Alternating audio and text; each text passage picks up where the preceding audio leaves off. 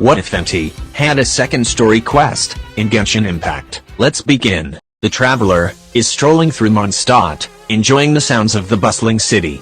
As they walked, lost in their thoughts, a familiar voice cuts through the air, bringing him back to reality. "Traveler," called out Razor, the lone wolf of Waldendam, urgency in his voice, as he approached him. "I need help. Chaos in the forest, and it revolves around Andreas." Confused, the traveler asked Razor, "That isn't Andreas, the guardian of Waldendam. What could be causing chaos involving him?" Razor nodded. "Yes, normally, he protect, but something wrong. Andreas left Waldendam, now the forest is in turmoil. I can sense his rage, his anger, but no response from him," Razor added. Concerned, the traveler agreed to join him to the forest. As they arrived, the traveler's gaze fell upon Andreas, the imposing and majestic wolf spirit. However, something was wrong. The once fearless god appeared disfigured, and the air around him crackled with an aura of intense anger. The traveler cautiously approached, his voice filled with genuine concern.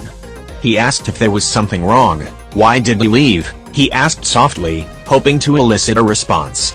But Andreas remained silent, his eyes fixated on the distance. The traveler noticed that he was whispering, catching fragments of words, whispered under his breath. Among the jumbled phrases, one name stood out, Barbatos, Venti's divine name. Surprised that Andreas mentioned Venti, the traveler repeated the name aloud. This catches the god's attention, finally acknowledging his presence. In a rushed and angry tone, he tells the traveler to bring Barbatos to him. Understanding the urgency, the traveler nodded, and quickly set off to find Venti, the charismatic bard, who held the power of wind. After searching through the city, he finally finds Venti, captivating an audience with his melodic instrument. Breathless, the traveler approached Venti, and relayed the situation, explaining Andreas's command. Venti's eyes widened with concern, as he absorbed the gravity of the situation. Venti agreed to follow the traveler, but he saw how Venti was hesitant, although tried to hide it. The two then went, ready to confront the anguished spirit. As soon as the two set foot in the forest, Andreas notices them, and hastily puts them into his own domain, catching them off guard. Inside, his anger is felt through the cold air, while Venti comments that he knew this'll happen eventually. Andreas, filled with regret, and burdened by his past choices, sought to confront Venti directly, for what he perceived as a broken promise. The god encases the traveler in a prison of ice, freezing half of their body, rendering them immobile and helpless. He then summoned a blizzard, using its icy winds to draw Venti closer, intending to face him directly, and hold him accountable. For the god's unfulfilled desires. Venti, now standing face to face with the god, listened intently to his words of disappointment and frustration. Andreas revealed his tragic story, recounting how he had died, and relinquished his position as a god. He had recognized the flaws in his own beliefs, and understood that the path he had forged would only bring suffering to the people of Mondstadt. In an act of empathy and wisdom, he had granted his gnosis, a symbol of divine power, to Venti. In doing so, the god sacrificed itself, leaving only its physical form. However, the god form of Andreas now awakened once more, realizing that Venti had not lived up to his expectations. He believed that their nation was crumbling, without one of the four winds, without a gnosis, and that Venti, having abandoned his godhood, was failing in his duty to guide and protect the city. Driven by anger and desperation, the god faced Barbatos, and now forced him to make a choice. He offered him the chance to return to his role as the god of Mondstadt, the god he had imagined would happen after his demise. Alternatively, he could continue to live as a careless bard and forsake his responsibilities. Without hesitation, Venti answers with a smile. To the god's dismay, Venti chose to reject divinity and embrace a normal life. This decision infuriated the god, who saw it as a betrayal to the citizens of Mondstadt, and a betrayal to his own sacrifice. In a fit of anger, Andreas transformed into Venti's appearance, making himself look like an exact copy of Venti. He believed that he would be a better ruler, even if he knew he would likely be worse than Decarabian. A ruthless god is better than a nation that has no god at all, he believes. Andreas, then summons a massive blizzard, planning to eliminate Venti, and establish his newfound power. A better future for Mondstadt will come, their new god says.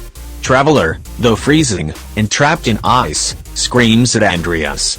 He pleaded with the god, urging him to spare Venti, and reminding him of the potential suffering that would befall their nation under his rule. Unyielding, the god refused the traveler's plea, and prepares to depart. But before he could leave, the traveler manages to gather enough strength to break free from the icy prison, and confronted the god directly. This is where the new weekly boss fight happens, where we get to fight Andreas, in a much stronger form. Traveler fought valiantly, using every ounce of their strength to protect Mondstadt from the looming darkness. However, it soon became evident that the traveler was no match for the god's overwhelming power. As defeat seemed inevitable, Venti finally intervened, and catches their attention, gusts of wind swirling behind him. He declared that the god had been gravely mistaken, for Mondstadt did have an archon after all, and its name is freedom. Venti then summons the god into his own domain, turning the tables. He then shows Andreas, using his powers, the thriving state of their nation, demonstrating that the city prospered, even in the absence of a ruling god. He revealed that the gnosis was not necessary for the people's well-being, and to the god's astonishment, showed him Dvalin, the dragon, that used to be one of the four winds still watching over Mondstadt, despite him not being officially in it anymore. He shows how happy everyone is with the freedom they have obtained, that they don't need a god to feel protected and guided. He says, when people move forward with all their might, they can surpass the god's expectations. Venti adds that if there was something bad to happen to his beloved nation, he is fully prepared to take responsibility and protect the people, like what he did in the past.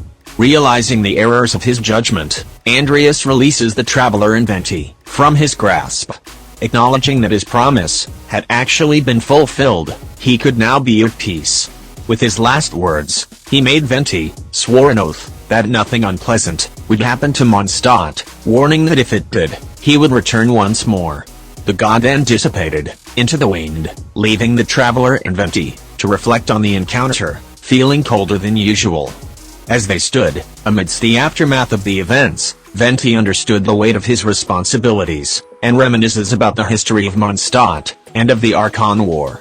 Venti, humbled by the god's scolding, vows to protect Mondstadt and its people, cherishing the freedom that had been entrusted to him. The end. Thank you all so much for watching. Give a like if you ended up enjoying this video, and subscribe to be notified of my future videos. Comment if I should do this with more characters. Bye.